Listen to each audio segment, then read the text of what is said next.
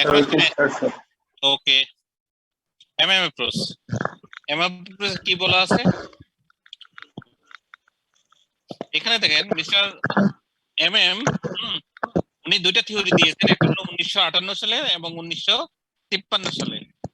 1958 সালে যেটা বলেছে এখানে কোনো নো ট্যাক্স মডেল, আর 1963 যেখানে একটু অস্পষ্ট আসছে স্যার রেকর্ডিং হচ্ছে না স্যার। এটা তো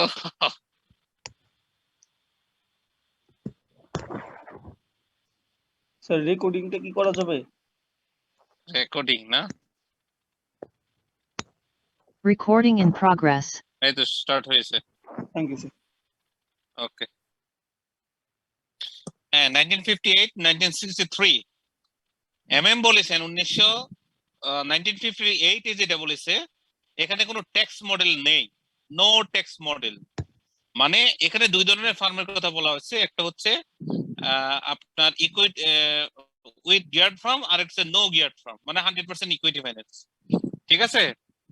উইথ গিয়ার্ড ফার্ম আর একটা হচ্ছে no geared firm. Geared firm no geared firm. Geared firm মানে হচ্ছে যেই কোম্পানির ক্যাপিটাল স্ট্রাকচারে ডেট আছে আর যেই কোম্পানির ক্যাপিটাল স্ট্রাকচারে কোনো ডেট নাই সেটা হচ্ছে কি আপনার নো গিয়ার্ড ফার্ম। অ্যাকচুয়ালি দেখেন এখানে উনি যেটা বলতে চাচ্ছে যেহেতু কোনো ট্যাক্সের কোনো অ্যাপ্লিকেশন নেই, so value of the geared firm equal to কি value of the ungeared firm. মানে কোন একটা কোম্পানির ক্যাপিটাল স্ট্রাকচারে আমরা ডেট ইউজ করলে আপনার যে বেনিফিট, ডেট না ইউজ করলে কি একই বেনিফিট, এই কথা বলতে যাচ্ছে। কারণ কোনো ট্যাক্সের কোনো অ্যাপ্লিকেশন নাই, যে ডেট ইউজ করলে আপনি কোনো ট্যাক্সের কোনো বেনিফিট পাবেন না, ঠিক আছে। So value of the geared firm equal to কি value of the ungeared firm. এটা কি বুঝেছি আমরা? জি স্যার। আর 1963 তে যেটা বলছে এখানে কি ট্যাক্সের অ্যাপ্লিকেশনটা উনি বলেছে, এখানে উইথ ট্যাক্স বলেছে। উইথ ট্যাক্স যেটা বলতেছে এখানে value of the geared firm equal to value of ungeared firm plus হচ্ছে কি ট্যাক্স শিল্ড। মানে কি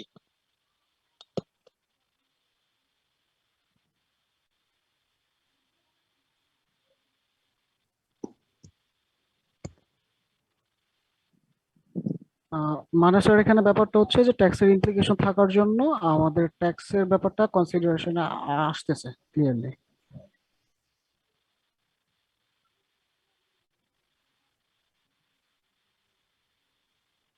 দেখেন value of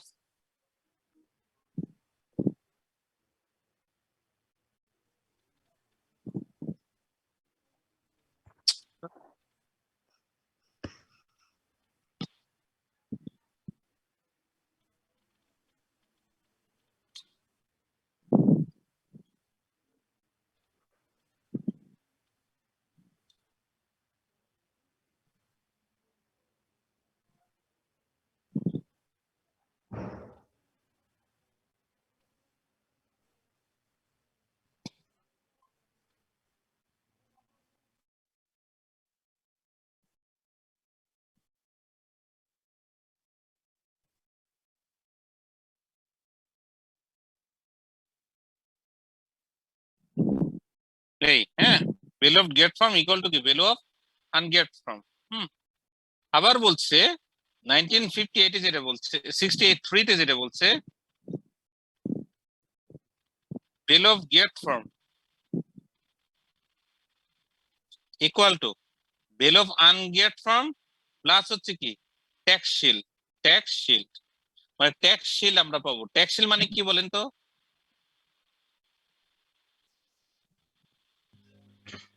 So interest expense against the tax benefit tax যেটা কম দেয়া। হ্যাঁ ঠিক আছে।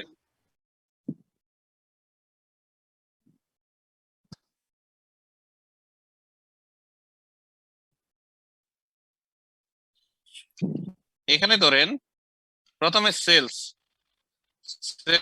মানে 100 মিলিয়ন 1000 মিলিয়ন লেস হচ্ছে আপনার সিওজি, তাই তো? সিওজি ধরেন 500 মিলিয়ন। সো আমাদের জিপি ইকুয়াল টু এটা মাইনাস এইটা 500 লেস হচ্ছে আপনার operating expenses. Operating expenses. So 200. So আপনার অপারেটিং প্রফিট কত আসলো? ধরেন এই 500 মাইনাস হচ্ছে 200, এটা হলো আমাদের অপারেটিং প্রফিট। লেস হচ্ছে কি আপনার ফাইন্যান্সিয়াল এক্সপেন্সেস, এক্সপেন্স কত 100। সো আপনার নেট প্রফিট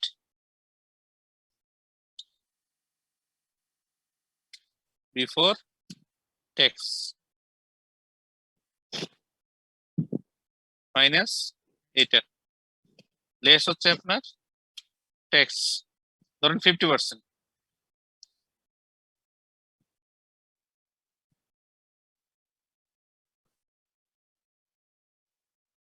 হুম,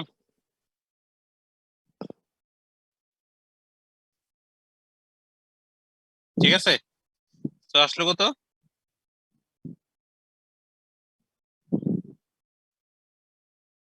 সো নেট প্রফিট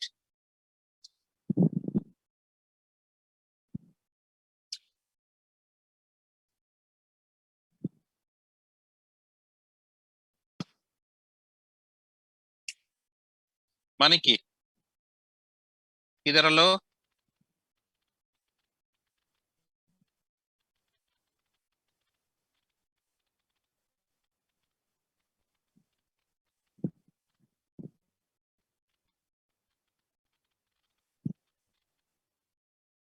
আমরা বুঝেছি এটা।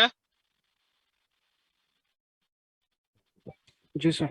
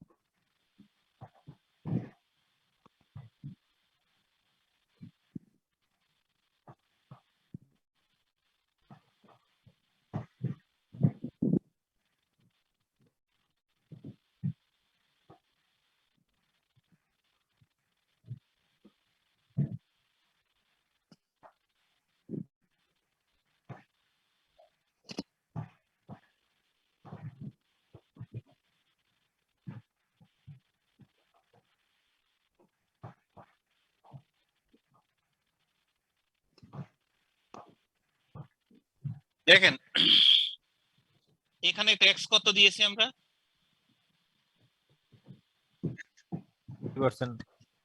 100 টাকা। 100 টাকা। আর এখানে ট্যাক্স কত দিয়েছি আমরা? 150 সো এখানে কোম্পানিতে কতটুকু থাকলো বলেন তো? যদি বলি এই পজিশনে, মানে এটা হলো আপনার আনগিয়ার্ড ফর্ম, এই পজিশনটা হচ্ছে আনগিয়ার্ড ফর্ম। হ্যাঁ, আর এটা হলো কি গিয়ার্ড ফর্ম পাশেরটা।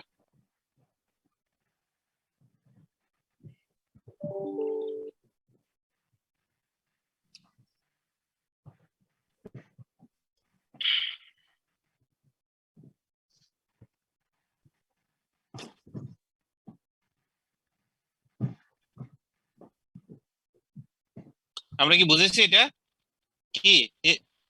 এটার থেকে কি বুঝেছি বলেন তো? এখানে দেখেন, সরি,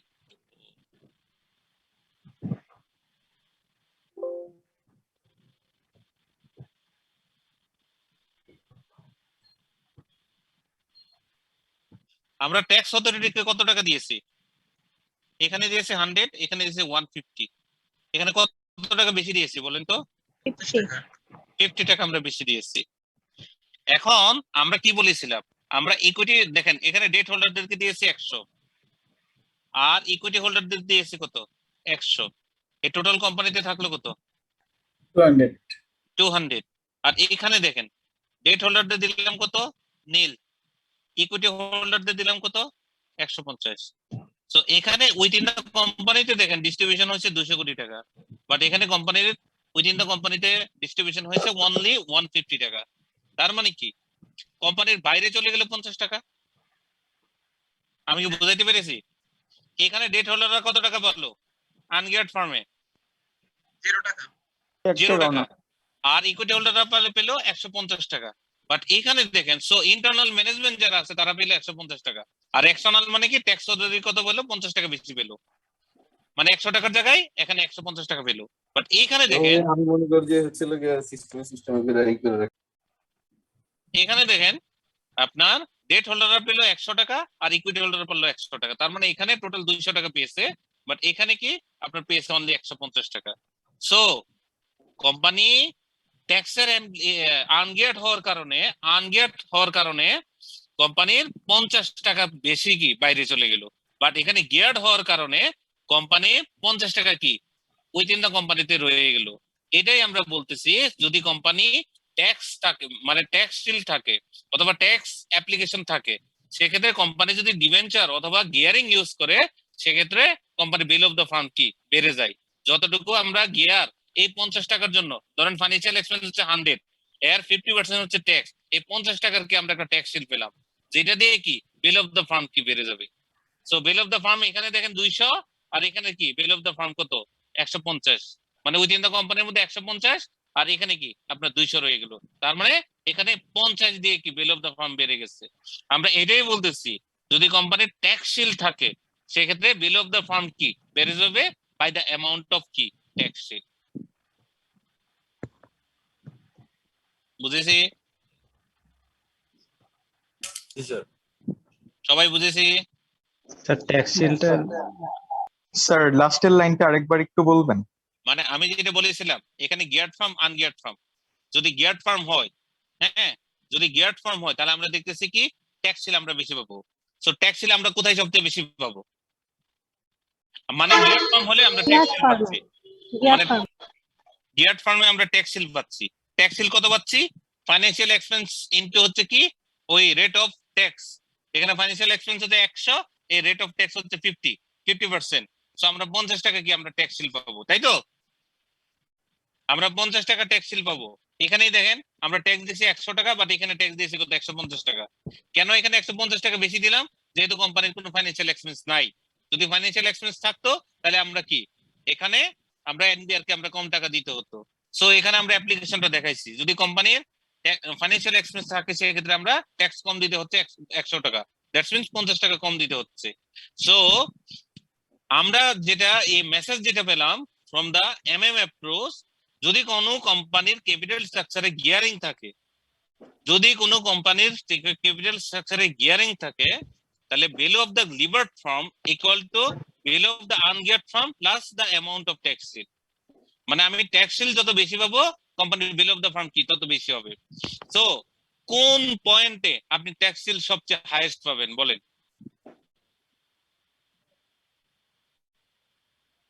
ট্যাক্স শিল আপনি কোথায় সবচেয়ে বেশি হাইয়েস্ট পাবেন? গিয়ার্ড ফার্মে। গিয়ার্ড কোন পয়েন্টে? গিয়ার্ডের তো বিভিন্ন level. Optimum level. Financial expense. No financial expense কখন আপনার যত বেশি হবে আপনি ট্যাক্স শিল কি তত বেশি পাবেন। আপনি ফাইন্যান্সিয়াল এক্সপেন্স যত বেশি হবে আপনি ট্যাক্স শিল তত বেশি পাবেন। জি স্যার। তার মানে অপটিমাম ক্যাপিটাল স্ট্রাকচার কি আপনার বিল অফ দ্য ফার্ম তত বাড়তে থাকবে। সো আপনি আস্তে আস্তে কি শুধু গিয়ারিং শুধু বাড়াইতেই থাকবেন। সো এমএম অ্যাপ্রোচ বলতেছে কোন একটা কোম্পানির ক্যাপিটাল স্ট্রাকচার যদি 99.998 গিয়ারিং লেভেল যদি 99.998 হয়, তাহলে ভ্যালু অফ দ্য ফার্ম কি সবচেয়ে বেশি হাইয়েস্ট হবে, সবচেয়ে বেশি অপটিমাম হবে, এবং ওই পয়েন্টে হচ্ছে কি আপনার capital optimum capital structure. Clear? Clear? জি স্যার। অপটিমাম ক্যাপিটাল স্ট্রাকচার আমি কি বললাম, যেখানে কি আপনি ট্যাক্স শিল সবচেয়ে হাইয়েস্ট পাবেন। ট্যাক্স শিল আমি কোন পয়েন্টে সবচেয়ে হাইয়েস্ট পাবো? যেখানে কি আমার ক্যাপিটাল স্ট্রাকচারে গিয়ারিং লেভেলটা সবচেয়ে হাইয়েস্ট আছে।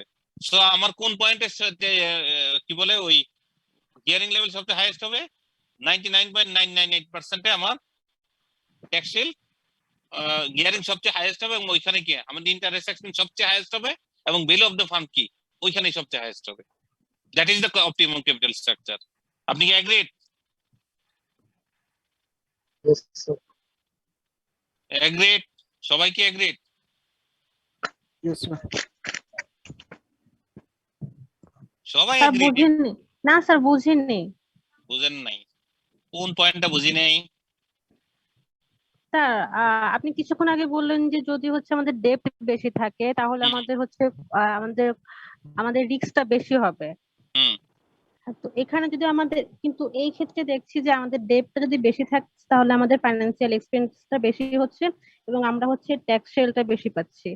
তো এই ক্ষেত্রে হচ্ছে আমাদের জন্য গিয়ার্ড ফার্ম ভালো, কিন্তু রিস্কের ক্ষেত্রে কিন্তু আমাদের জন্য গিয়ার্ড ফার্মটা একটু রিস্কি হয়ে যায়। হুম। তো সেই ক্ষেত্রে স্যার এটা অপটিমাম কিভাবে হলো? একদম ঠিক আছে আপনার কোশ্চেন।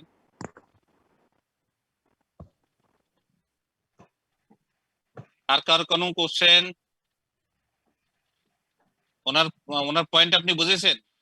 উনি বলতেছে যদি আমি আমার অপটিমাম বলতেছে কি অপটিমাম ক্যাপিটাল স্ট্রাকচার হবে 99.998%, তাই তো?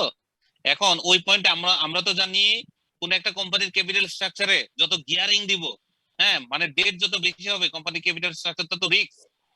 হ্যাঁ, যত বেশি রিস্ক হবে, হ্যাঁ, কোম্পানির তো অবস্থা খারাপ হওয়ার কথা। এটা কিভাবে অপটিমাম ক্যাপিটাল স্ট্রাকচার হয়? তাই তো? এই কোশ্চেনটাই তো করেছেন। জি স্যার। হ্যাঁ, কি আপনারা কি কোনো অপিনিয়ন, সহমত, এরকম কিছু কমেন্ট? স্যার একমত। একমত। এবার সহমত নেই নাকি? জি স্যার। আছি স্যার। হ্যাঁ, কি সহমত? ওনার সাথে জি, সহমত না আমার জি সাথে স্যার, সহমত? সহমত। কোনটা সহমত? মাঝখানে স্যার সহমত। মাঝখানে সহমত মানে মাঝখানে তো কিছু নাই এখানে। স্যার মধ্যমপন্থী সহমত। আচ্ছা দেখেন, ট্রেডিশনাল অ্যাপ্রোচে দুইটা কথা বলা আছে। একটা হচ্ছে কি ভ্যালু অফ দ্য ফার্ম, তাই তো? ভ্যালু অফ দ্য ফার্ম, হ্যাঁ, আর হচ্ছে কি weighted average cost of capital, WSCC, তাই তো? Weighted average cost of capital. আর কি বলতেছে? কি বলছে? ট্যাক্স শিল্ড, তাই তো? Value of tax shield. উনি কি কোথাও কি ডব্লিউএসসিসি এর কথা বলেছে সাহেব? No sir. এক জায়গায় কিন্তু এর ডব্লিউএসসিসি এর কথা বলে নাই। উনি জাস্ট বলতেছে কি ট্যাক্স শিল্ড আর হচ্ছে কি ভ্যালু অফ দ্য ফার্ম। দেখেন ওনার অ্যাপ্রোচ, ট্রেডিশনাল অ্যাপ্রোচ এবং অ্যাপ্রোচ দুটোর মধ্যে কিন্তু একটু ডিফারেন্স আছে। ডিফারেন্সটা কোন পয়েন্টে? ট্যাক্স শিল্ড, বলতেছে কি আসলে আমি ট্যাক্স শিল্ড যত বেশি নিতে পারবো আমাকে ভ্যালু অফ দ্য ফার্ম তত বাড়বে। কারণ value of the ungeared firm plus হচ্ছে কি tax shield, amount of tax shield equal to কি value of the geared firm. এখন এটা ওনার থিওরি 100% ঠিক আছে, এই থিওরি নিয়ে কিন্তু কোনো কোশ্চেন নাই। যে কোম্পানির ক্যাপিটাল স্ট্রাকচারে 99.998 আপনার গিয়ারিং আছে সেটা হচ্ছে অপটিমাম ক্যাপিটাল স্ট্রাকচার। এখন বিষয়টা হচ্ছে যে উনি রিস্ক এবং কি রিস্ক আর রিটার্নের ব্যাপারে কোনো হেডেক না, উনি এগুলোতে কোনো বোদারও করে নাই। এখন ওনার ক্রিটিসিজম গুলি কি কি, অ্যাপ্রোচের ক্রিটিসিজম গুলি কি কি? আসলে এখানে ক্রিটিসিজম হচ্ছে এই, দেখা গেছে কি কোন একটা কোম্পানি মনে করেন কি গিয়ারিং লেভেলটা অপটিমাম ক্যাপিটাল স্ট্রাকচার হওয়ার জন্য, মানে ট্যাক্স শিল্ড বেশি পাওয়ার জন্য এত বেশি পরিমাণে আপনার গিয়ারিং ইনজেক্ট করে, তখন দেখা যায় যে কোম্পানির অপারেটিং ইনকামের সমস্যা হয়ে যায়। তার যে ইনকাম আসতেছে এই ইনকাম দিয়ে কি তার লস চলে আসতেছে। এখন যদি লস চলে আসে আপনি তো ট্যাক্স শিল্ড পাবেন না, তো লস চলে আসলে এমনি তো এনবিআর কে ট্যাক্স দিতে হবে না। সো আপনি তো ট্যাক্স শিল্ড এখানে পাওয়ার কোনো জাস্টিফিকেশন নাই। বুঝতে পেরেছেন? ঠিক আছে? অ্যাক্সিডেন্ট হয়ে গেছে স্যার। কি অ্যাক্সিডেন্ট হয়েছে? ওই যে স্যার বেশি গিয়ারিং বাড়াইতে বাড়াইতে অ্যাক্সিডেন্ট হয়ে ও গেছে, আচ্ছা ট্যাক্স আচ্ছা, শিল্ড পাচ্ছে না। অ্যাক্সিডেন্ট হয়ে গেছে। হ্যাঁ হ্যাঁ, অ্যাক্সিডেন্ট হয়ে গেছে। এটা হলো একটা ক্রিটিসিজম, যে আপনি যে কোশ্চেনটা করেছেন এটার সাথে কিন্তু এটা রিলেটেড, যে কোম্পানি আসলে কি এত বেশি পরিমাণে গিয়ারিং লেভেলটা বাড়িয়ে দেওয়ার কারণে কোম্পানির আর অপারেটিং প্রফিট থাকে না, তখন তার যে ট্যাক্স এক্সজশন হওয়ার কথা সেটা কিন্তু শেয়ার করতে পারে না। এটা তার ড্রব্যাকস। আর সেকেন্ড ড্রব্যাকস হচ্ছে কি কোম্পানি, আরেকটা কি কি ড্রব্যাকস আছে বলেন? সেকেন্ড ড্রব্যাকস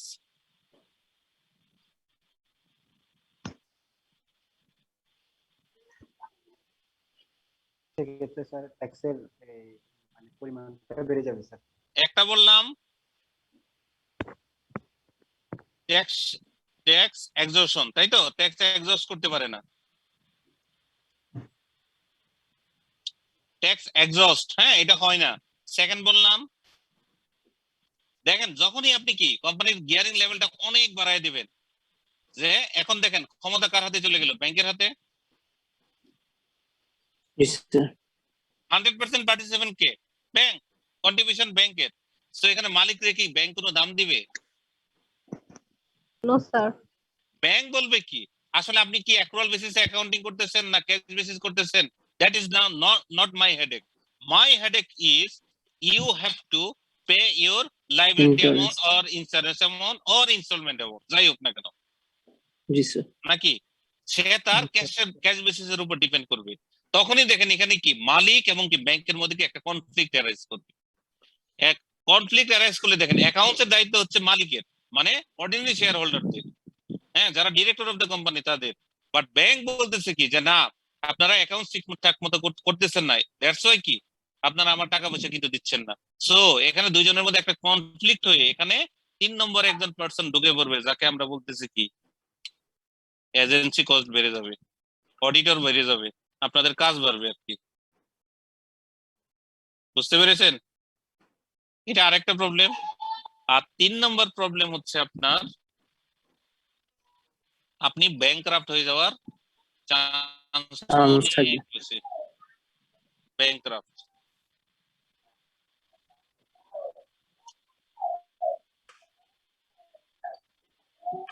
বুঝতে পেরেছেন? এ হচ্ছে এটার লিমিটেশন। এখন আমার আনসার কি পেয়েছেন? আপনি যেটা বলেছিলেন যে যখনই আপনি গিয়ারিং বাড়াবেন তখন আস্তে আস্তে কি বিল অফ দ্য ফার্ম, সরি আপনার ট্যাক্স গিয়ারিং যত বাড়বে আপনার রিস্ক তত বাড়বে। ট্রু, হ্যাঁ রিস্কের সাথে সাথে কি ওনারা রিস্কটাকে কিন্তু কখনো কিন্তু কনসিডার করতেছে না, মানে এমএম সাহেব রিস্ককে কখনো কনসিডার করছেন না, উনি শুধু ট্যাক্সিলকে কনসিডার করা হচ্ছে। আপনি যত বেশি গিয়ারিং ইউজ করবেন আপনি ট্যাক্সিল তত বেশি পাবেন, so bill of the farm কি তত বেশি আসবে। সো এই এমএম অ্যাপ্রোচ ফলো করতে গিয়ে দেখা যায় কি এই 3 ধরনের কি আপনার ক্রিটিসিজম অথবা রিস্ক অ্যারাইজ করে, ঠিক আছে? সো অনেক সময় কি কোম্পানি এখানে দেউলিয়া হয়ে যায়, আপনার এজেন্ট ঢুকে পড়ে, অথবা আপনি যে ট্যাক্স শিল্ডের কথা বলতেছেন আপনি ট্যাক্সটাকে কি করতে পারতেছেন না, তো কোম্পানি কি, হ্যাঁ সো কোম্পানির অবস্থা আস্তে আস্তে এখানে খারাপ হয়ে যায়। আর ট্রেডিশনাল অ্যাপ্রোচে যেটা বলছি আমরা, আসলে এটা হলো একটা এক্সাক্ট মেথড নাই, এখানে ট্রায়াল এন্ড এরর বেসিসে কি আমাদের ডব্লিউএসএসসি ক্যালকুলেশন করতে হয়। সো ডব্লিউএসএসসি যেখানে সবচেয়ে lowest, bill of the farm কি সেখানে সবচেয়ে হাইয়েস্ট। শেষ। Okay sir. সেটা হচ্ছে অপটিমাম ক্যাপিটাল স্ট্রাকচার। সো দুইটার কম্পারিজন ডিসকাশন কি আমরা ভালো বুঝেছি নাকি বুঝি নাই? স্যার আমার একটা কোশ্চেন ছিল। জি। আচ্ছা স্যার, আমি যদি মানে নট গিয়ার যে ইয়াটা ফার্মটা সেটা ইউজ করি, সেখানে তো আমার নেট প্রফিটটা বেশি হচ্ছে, ঠিক না? সো এইটা কি এমএম অ্যাপ্রোচে কোনোভাবে কনসিডার করা হয়েছে নেট প্রফিটের বেশি? এখানে আমি যেটা বলেছিলাম না আজকে, আসলে ক্যাপিটাল স্ট্রাকচারের এখানে ইন্টারনাল এবং এক্সটার্নাল লুক কারা, গিয়ার্ড ফার্ম হোক আনগিয়ার্ড ফার্ম হোক, আপনার কোম্পানির ক্যাপিটাল স্ট্রাকচারের পার্টিসিপেন্ট যারা তারা সবাই হচ্ছে কি ইন্টারনাল লুক, আর এখানে এনবিআর হচ্ছে শুধু কি এক্সটার্নাল পারসন। বুঝতে পেরেছেন? সো আপনি এখানে ইকুইটি হোল্ডারদেরকেও যে টাকা দিচ্ছেন, আবার ডেট হোল্ডারদেরকেও কি আপনি টাকা দিচ্ছেন। এখানে আর্নিংস এর সাথে কিন্তু কোনো রিলেশন নাই, রিলেশনটা হচ্ছে আপনি এক্সটার্নাল পারসনকে কত টাকা কম দিচ্ছেন। এখানে আপনার প্রফিট বেশি আসতেছে, ঠিক আছে, বাট এই প্রফিটটা কি আপনি ডিস্ট্রিবিউট করবেন আপনি ডিভিডেন্ড হোল্ডারদের কাছে। আর এখানে হচ্ছে টোটাল ফান্ড 2 ভাগে ভাগ হবে, একটা যাবে আপনার ডেট হোল্ডারদের কাছে মানে ব্যাংক লোন যারা তাদের কাছে, আর একটা যাবে কি ইকুইটি হোল্ডারদের কাছে। সো ইকুইটি হোল্ডারদের কাছে এখানে 100 প্লাস 100 এই 200 টাকা থাকবে, মানে উইথিন দ্য কোম্পানির মধ্যে 200 টাকা আপনি দিচ্ছেন। আর এখানে কি সবই ইন্টারনাল হিসেবে কাউন্ট করা হচ্ছে, আর শুধু এনবিআর কে কি এক্সটার্নাল হিসেবে কাউন্ট করতেছে। সো কোম্পানির বাইরে কি আপনার টাকা চলে যাচ্ছে কত 50, ঠিক আছে, যেহেতু আপনি ট্যাক্স পাচ্ছেন না, ট্যাক্স শিল্ড। ওকে, তো এখানে এই কারণে কি আপনার ইপিএস কে এখানে ডিসিশন মেকিং ক্রাইটেরিয়া হিসেবে কাউন্ট করা হচ্ছে না, লাগতেছে না। কাউন্ট করা হচ্ছে কি এই পোরশনটাকে, এটাকে, এটা আপনি এটা কতটুকু আর এটা এখানে কত, আর আপনি ট্যাক্স দিচ্ছেন কত, এই দুটো হচ্ছে আপনার ডিসিশন মেকিং ক্রাইটেরিয়া। ক্লিয়ার? জি স্যার, বুঝতে পেরেছি। তো আমরা কি এই দুইটা আন্ডারস্ট্যান্ডিং খুব ভালো হয়েছে আমি ধরে নিব?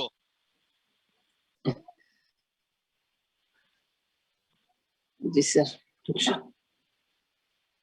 অঙ্ক করবো একটু পরে। পিকিং অর্ডার থিওরি আজকে প্রথমে যেটা বলেছিলাম, পিকিং অর্ডার থিওরি, সহমত স্যার।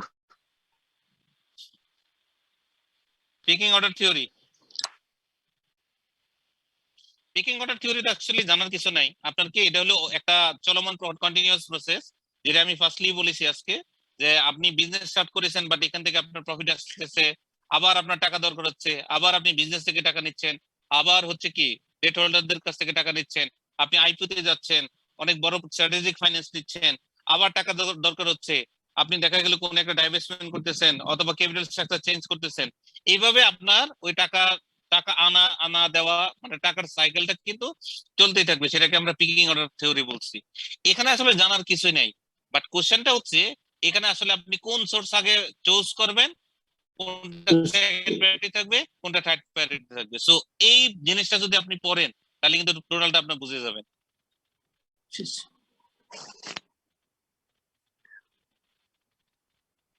দেখেন, when it's come to financing the operation, the business is likely to make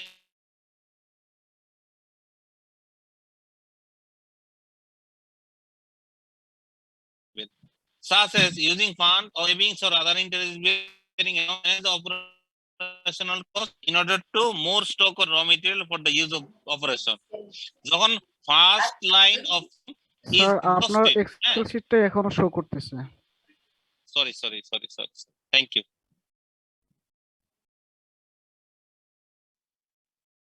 Peking order theory, pecking order theory, pecking order থিওরিতে আমি যেটা বলছি, আমরা ইন্টারনাল রিসোর্স ফার্স্ট নিব, সেকেন্ডলি হচ্ছে এটা যখন কনজিউম হয়ে যাবে, তখন business will run to lender or investor as a mean of generate the fund needed to keep the company going. তখন আপনি কি লেন্ডারদের কাছে যাবেন, লোনের জন্য যাবেন। যখন লোনটা আপনার শেষ হয়ে যাবে, তখন কি আপনার আবার use of equity fund, or in asset in the business, আপনি কি 3 নম্বরে যাবেন কি ইকুইটি হোল্ডারদের কাছে। সো ফার্স্ট হচ্ছে আপনার ইন্টারনাল সোর্স থেকে আপনি ফাইন্যান্সিং করবেন, সেকেন্ড হচ্ছে আপনি লেন্ডারদের কাছে যাবেন, আর থার্ড হচ্ছে কি আপনি ইকুইটি ফাইন্যান্সে যাবেন। সো এটাই হচ্ছে কি আপনার পেকিং অর্ডার থিওরি। ঠিক আছে? জি স্যার। ঠিক আছে, ওকে। When APB will be approved, adjusted present value, APB, এখান থেকে অনেক সময় অঙ্ক দিয়ে দেয়। অ্যাডজাস্টেড প্রেজেন্ট ভ্যালু কি আমাদের ধারণা আছে?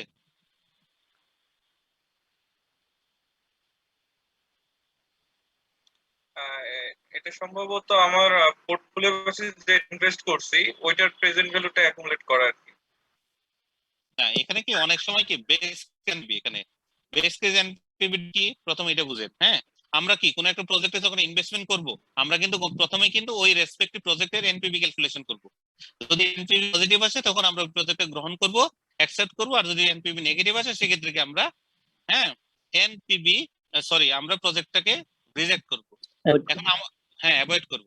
এখন ধরেন কি আমার একটা জেনারেল কোশ্চেন হচ্ছে, কোন এক কোম্পানি ধরেন আমরা এখন ফার্মাসিউটিক্যাল বিজনেস করতেছি, আমার ফার্মাসিউটিক্যাল বিজনেসের আমার কিন্তু একটা WCC আছে, weighted average cost of capital আছে।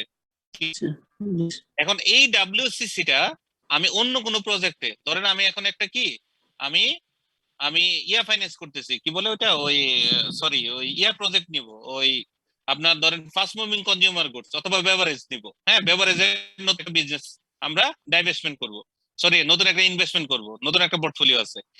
এখন ফার্মার যে WCC আছে, এটা কি আমি ওইখানকার মানে বেভারেজের WCC ক্যালকুলেশন করার জন্য অথবা প্রজেক্ট ফিজিবিলিটির জন্য আমি কি ওই WCC টা কি ইউজ করতে পারবো বলেন তো? হ্যাঁ স্যার। কেন পারবো না? না স্যার। আমার কোশ্চেন কি ক্লিয়ার? Question clear? আগে এটা ভালো করে বুঝেন। আমার ধরেন কোশ্চেন বুঝিনি। আমি হচ্ছে এখন ফার্মাসিউটিক্যাল বিজনেস করতেছি, আমি ফার্মাসিউটিক্যাল বিজনেসের মালিক। সো আমার কি এখানে কি একটা কি আছে, ডাব্লিউ আছে, weighted average cost of capital আছে। ঠিক আছে, weighted average cost of capital আছে, আমি বিজনেসকে ফাইন্যান্স আমি দাঁড় করে দিয়েছি। So weighted average cost of capital আছে এক্সিস্টিং। বিজনেস আমি নতুন আরেকটা বিজনেসে যাচ্ছি, আমি আমি কি বেভারেজ বিজনেস করব। এখন এই বেভারেজ বিজনেসের কি আমার একটা ফিজিবিলিটি লাগবে না? আসলে এটা কি খারাপ বিজনেস, এটার একটা ফিজিবিলিটি লাগবে, এনপিভি ক্যালকুলেশন করতে হবে। এখন আমার কোশ্চেনটা হচ্ছে ওই বেভারেজ বিজনেসের হ্যাঁ আমি কি ফিজিবিলিটির জন্য ফার্মারদের সেটা আমি ইউজ করতে পারবো কিনা? কম্পেয়ার করার জন্য পারবো স্যার। পারবো? No, sir. The industry is totally different. Industry practice তো স্যার ডিফারেন্ট, কারণ হচ্ছে হলো ফার্মাসিউটিক্যালস এর হচ্ছে হলো ইন্ডাস্ট্রিটা আলাদা, আর হচ্ছে হলো বেভারেজের স্পেসিফিক ইন্ডাস্ট্রিটা আনসার আলাদা। বলেন, স্পেসিফিক আনসার। আমি একটা আনসার নিচ্ছি, ইন্ডাস্ট্রি সেম না, ওকে ঠিক আছে, আরো কিছু স্পেসিফিকেশন করেন। সোর্স অফ ফান্ড, নিলাম source of fund, to the পয়েন্টে আসে না এখনো। আমি কি ইউজ করতে পারবো? ফার্স্ট কোশ্চেন হচ্ছে না, ওকে আমি আনসারটা নিয়েছি, আপনি 50% মার্ক পেয়ে গেছেন। এখন কোশ্চেন হচ্ছে কেন পারবো না? দুইটা রিস্ক এর কথা বলবেন, শুধু দুইটা রিস্ক, নাথিং এলস। এই দুইটা কথা যদি পরীক্ষার খাতায় লিখতে পারেন আপনি ফুল মার্ক পেয়ে যাবেন। এটা কিন্তু আসে, এই কোশ্চেনটা কিন্তু অনেকবার আসছে।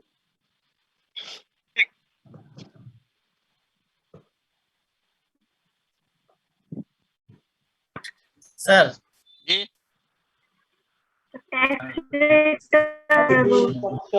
সেম না,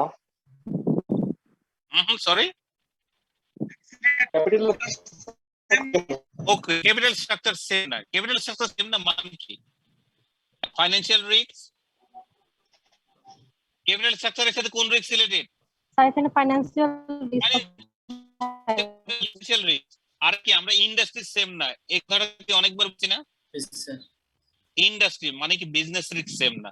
সো যদি কোনো একটা কোম্পানির বিজনেস রিস্ক এবং ফাইনান্সিয়াল রিস্ক সেম হয় তখন কি একটা কোম্পানির ডাব্লিউসিসি আমরা অন্য একটা কোম্পানির ডাব্লিউসিসি আমরা ইউজ করতে পারবো। ক্লিয়ার? অন্য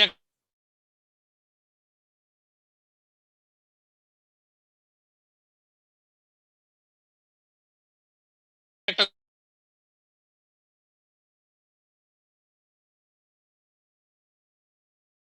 কোম্পানি দেখেন, আরেকবার একটু স্যার।